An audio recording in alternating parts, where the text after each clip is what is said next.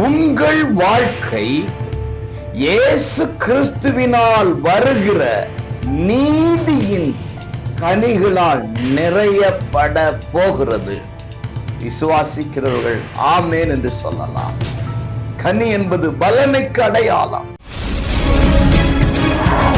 ஆவிக்குரிய அன்பு உறவுகளே, இயேசுவின் நாமத்திலே மனதார வாழ்த்துகிறேன். கர்த்தர் உங்களோடு இருப்பாராக.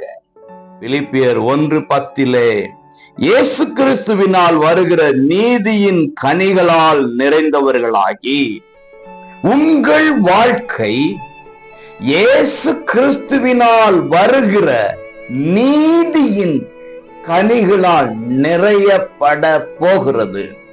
விசுவாசிக்கிறவர்கள் ஆமேன் என்று சொல்லலாம்.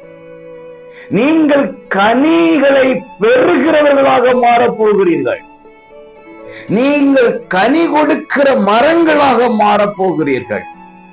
நீதி என்கிற கனி உங்கள் வாழ்க்கையில் வெளிப்பட போகிறது. அதை கிறிஸ்து கொடுக்க போகிறாராம்.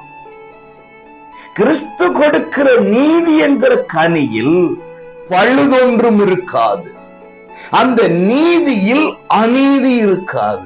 கனி என்பது பலனுக்கு அடையாளம். நீதியை நாம் பெற்றுக் கொள்வோம். இன்றைக்கு உங்களுக்கு எதிராக கடந்து வருகிற அநீதிகள் இயேசுவின் நாமத்திலே மறைந்து போகட்டும். உங்களுக்கான நியாயம் கடந்து வருகிறது. உங்களுக்கான நீதி கடந்து வருகிறது.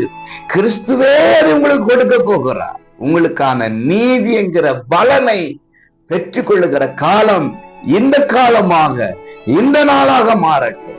God bless you.